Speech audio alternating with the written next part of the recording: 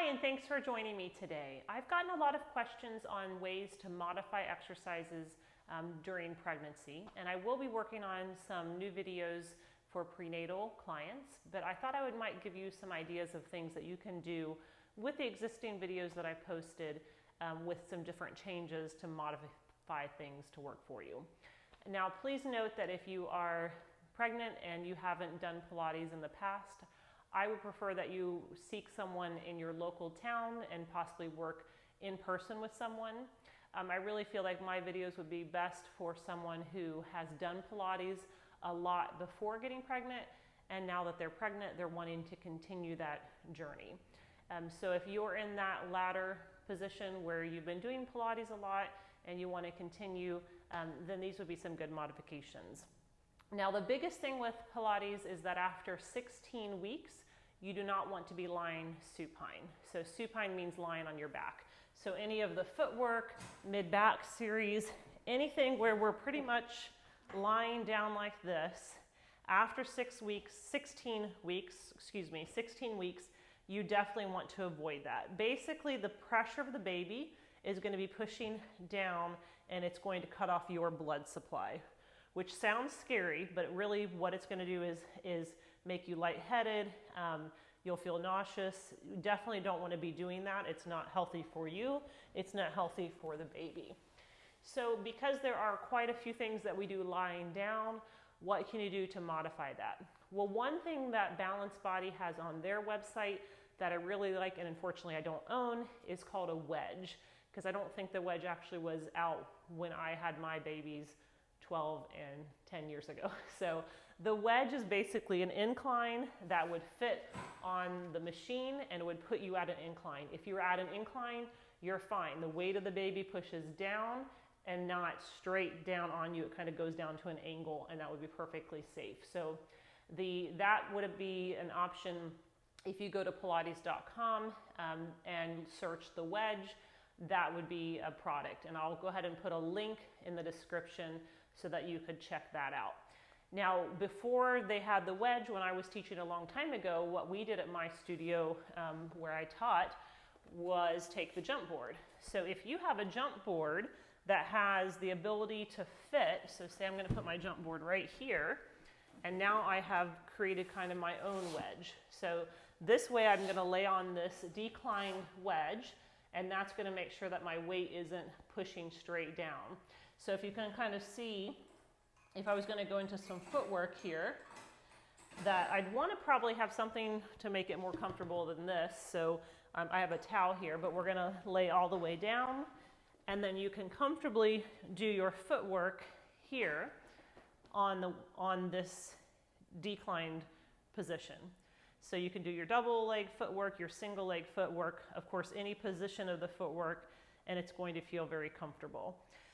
The other thing you can do in this position is your mid-back series, which will be putting your hands in straps and doing arm work, and then your feet in straps. So you can take your straps, put them on the feet, and do footwork. So any video where you find that series a lot, which is footwork, mid-back, and feet in straps, you could do all of those in this incline. Now, I will note that the straps, because you're higher, are going to hit you. So if you have the ability of taking these as high as you can, so if these can go higher, which mine can go kind of one higher, then that is going to give you a little bit more space. So the higher we get these, then when you're doing your work, it's not going to be hitting you. So play around with that. That is a very great way to do your footwork, mid-back series, and feet in straps. Now, another thing that you don't want to be doing when you are pregnant is laying on your belly. And for you, that's going to be when it doesn't feel comfortable anymore. So for some of us, that's pretty quickly on. For some of us, it might be a little bit later. But the minute it feels no good to be laying on your stomach, then you want to discontinue doing that.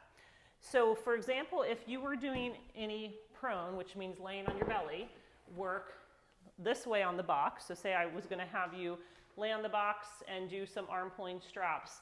Well, you could easily modify that by kneeling.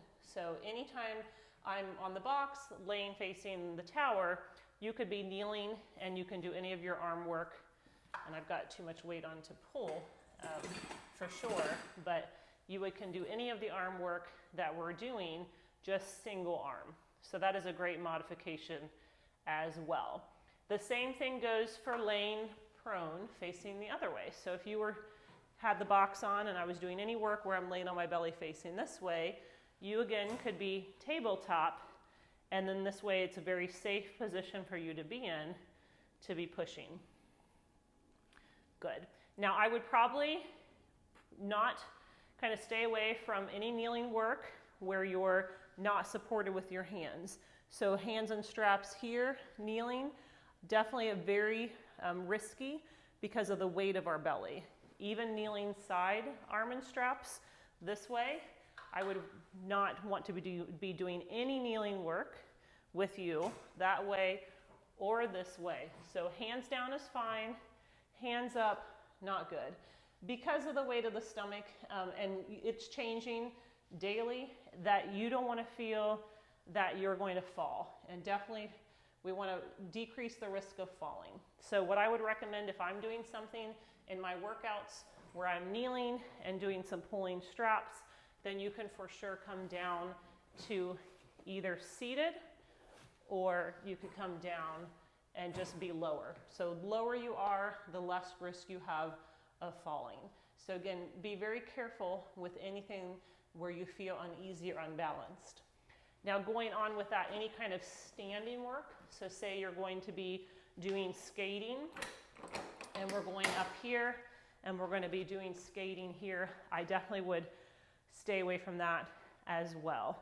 I mean, you'll know your body better than I do, but this is a very risky position to be in when your belly is changing, your center of gravity is changing.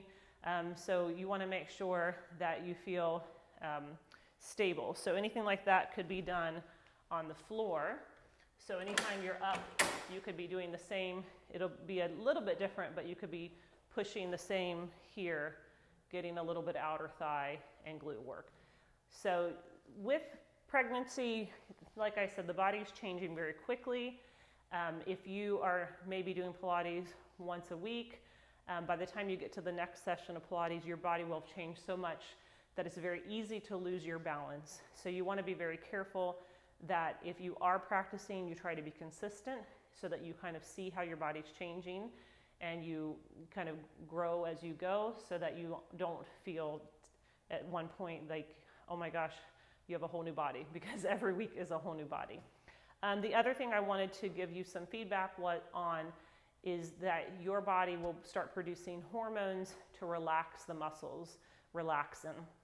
And that hormone will make you very flexible. You'll be a lot more flexible, and you'll think, I can go deeper into things. I can do a straddle split bigger, but you want to be very careful that you do not overdo it. So you will be able to stretch and get deeper into things that you may not have been able to do before, but you want to make sure that you're listening to your body and not overdoing it. So like I said, I will be putting together some more videos, but I just wanted to answer some questions because I had a few different comments that wanted some videos, and since I don't have time right now to do the video, I just wanted to give you some options of how you could modify my existing videos to meet your needs. If you have further questions, let me know. Otherwise, I hope you have a great day, and leave me a comment. Thanks.